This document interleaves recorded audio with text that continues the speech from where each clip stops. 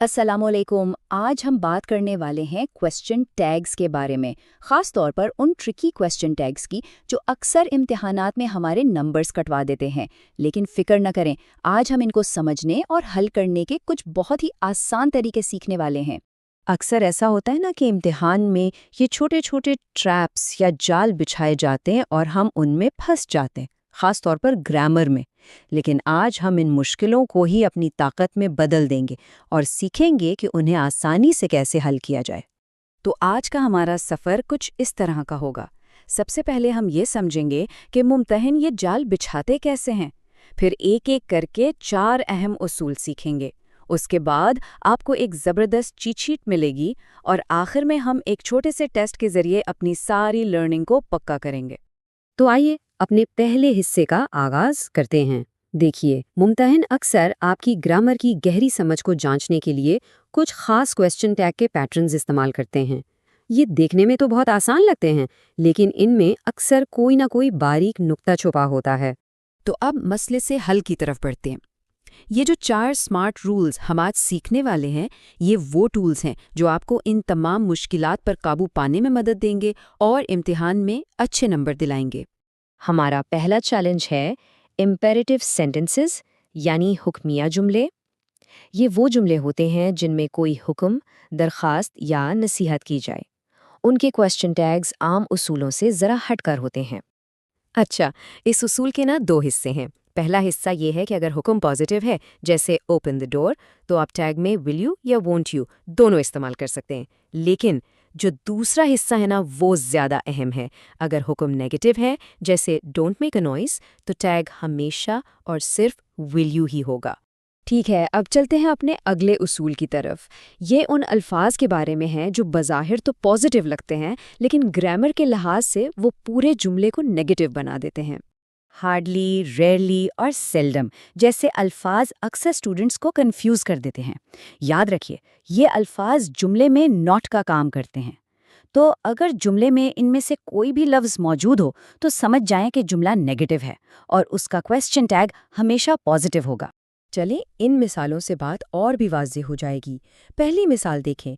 He hardly comes here का मतलब है कि वो यहाँ ना होने के बराबर आता है। चूंकि जुमला नेगेटिव है, इसलिए टैग पॉजिटिव होगा, डज ही। बिल्कुल इसी तरह दूसरी मिसाल में सेल्डम की वजह से जुमला नेगेटिव है, तो टैग डू दे होगा। अब हम अपने अगले चैलेंज की तरफ बढ़ते हैं। ये इंडेफिनिट प्रोनाउंस के बारे में है, यानी वो प्रोनाउंस जो लोगों और चीज़ों के लिए इस्तेमाल होते हैं। यहाँ अक्सर लोग गलतियाँ करते हैं। तो पहले हम उन प्रोनाउंस पर फोकस करते हैं जो लोगों के लिए इस्तेमाल होते हैं, जैसे एवरीबॉडी, समवन, नो वन वगैरह। इनका असूल बहुत ख़ास है, ज़रा ध्यान से सुनिएगा।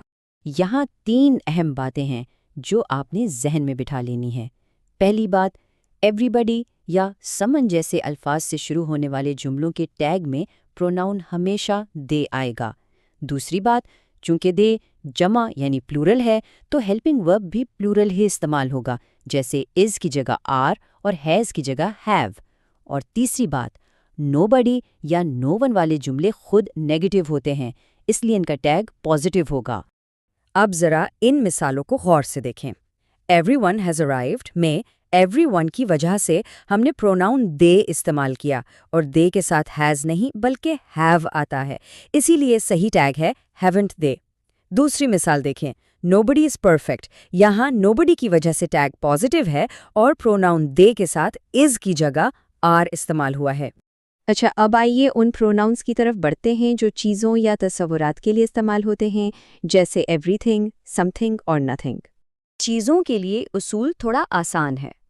इन प्रोनाउंस के लिए टैग में हमेशा प्रोनाउन इट इस्तेमाल होता है।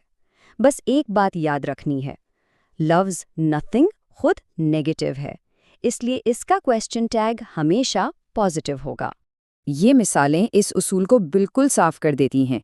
एवरीथिंग इज़ फाइन एक पॉजिटिव जुमला है, तो इसका टैग नेगेटिव होगा, इज़न्ट इट? जबकि नथिंग इज़ इम्पॉसिबल एक नेगेटिव जुमला है, लिहाजा इसका टैग पॉजिटिव बनेगा, इज़ इट? लें जनाब, अब जबकि हमने सारे उसूल सीख लिए हैं, तो आइए इन सबको एक जगह पर इकट्ठा करके देखते हैं। ये स्लाइड आपको रिवीजन में बहुत मदद देगी। یہ ہے آپ کی فائنل گائیڈ. اس کا تو آپ فوراً ایک اسکرین شاٹ لے لیں.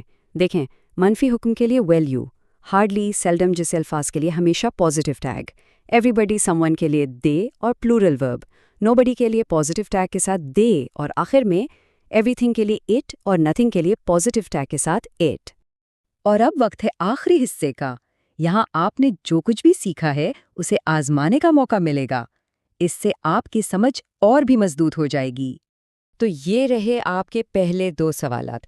ذرا ایک لمحے کے لیے سوچیں کہ ان کے صحیح جواب کیا ہونے چاہیے. پہلا ایک نیگیٹو حکم ہے اور دوسرے میں ایک چھپا ہوا نیگیٹو لفظ ہے. چلیں جوابات دیکھتے ہیں.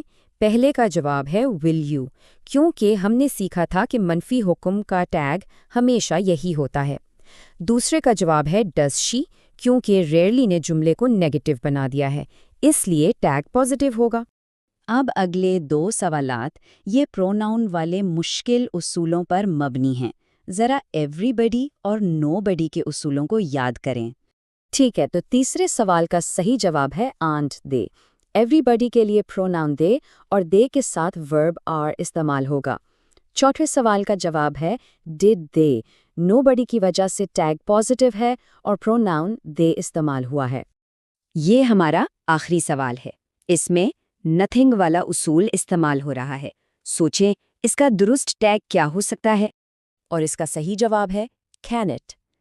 کیونکہ نتھنگ جملے کو نیگیٹو بناتا ہے تو ٹیگ پازیٹیو ہوگا، اور نتھنگ چونکہ ایک چیز کا تصور ہے اس لیے پروناؤن اٹ استعمال ہوگا.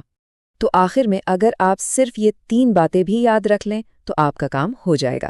پہلا، چھپے ہوئے نیگیٹو الفاظ کو پہچانیں. دوسرا، لوگوں اور چیزوں کے لیے صحیح پروناؤن کا انتخاب کریں، یعنی دے یا اٹ. اور تیسرا، دے کے ساتھ ہمیشہ پلورل ورب استعمال کریں. امید ہے کہ اس ساری گفتگو کے بعد آپ کو یہ مشکل کویسچن ٹیگز اب کافی آسان لگنے لگے ہوں گے.